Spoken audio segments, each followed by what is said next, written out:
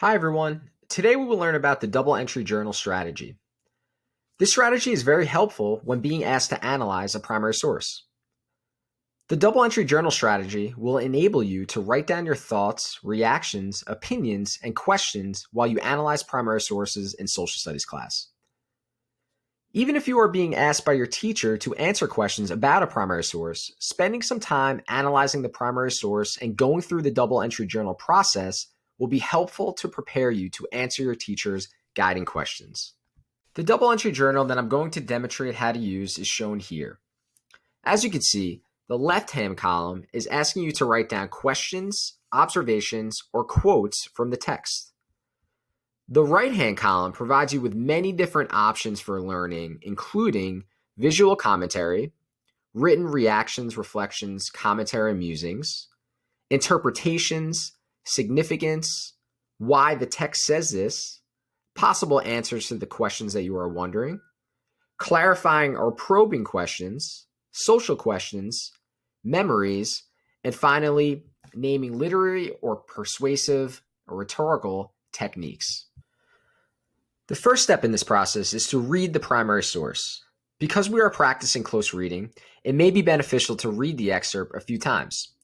Remember to be an active reader and think about the author's claim and evidence they use to support their claim. We can also start to think about specific questions, observations, or quotes that stand out to us for our double entry journal. As you can see on my screen here, I've chosen the profile of Abigail Adams and I've set my double entry journal up on the right-hand side of my notebook. Now it's time to closely read our primary source. So this is an excerpt of a letter written by Abigail Adams in 1776 to her husband John Adams. I long to hear that you have declared an independency. And, by the way, in the new code of laws, which I suppose it will be necessary for you to make, I desire you would remember the ladies and be more generous and favorable to them than your ancestors.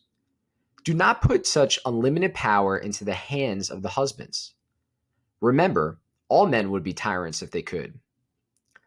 If particular care and attention is not paid to the ladies, we are determined to foment a rebellion and will not hold ourselves bound by any laws in which we have no voice or representation.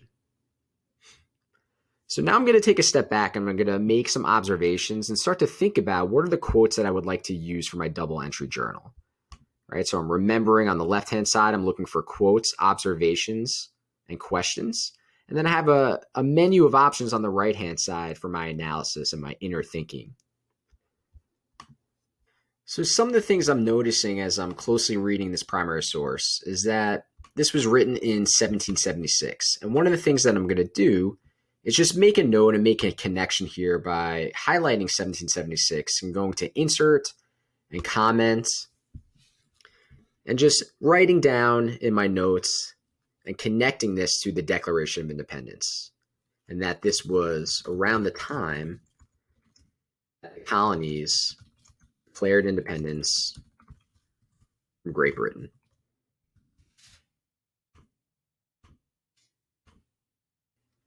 Now I'm thinking about quotes that I can use for my double entry journal.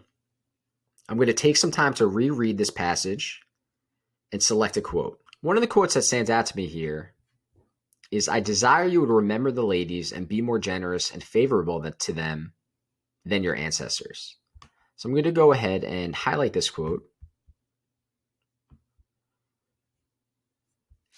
And also copy and paste it by using Command-C, coming back to my double entry journal on the previous slide, or my notebook, and pasting the quotation there.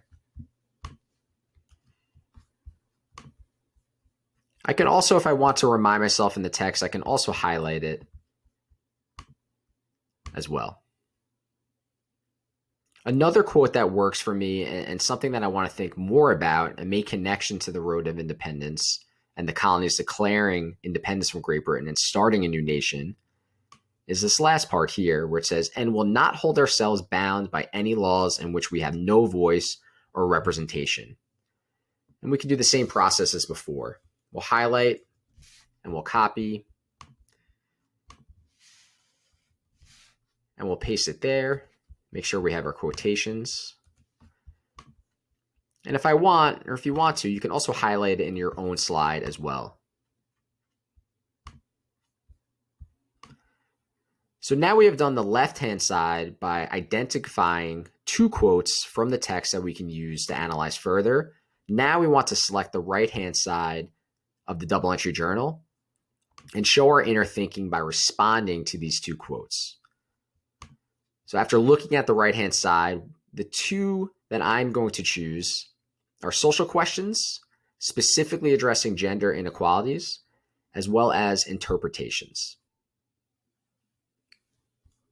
So this quote here raises social questions for me, specifically about gender inequality.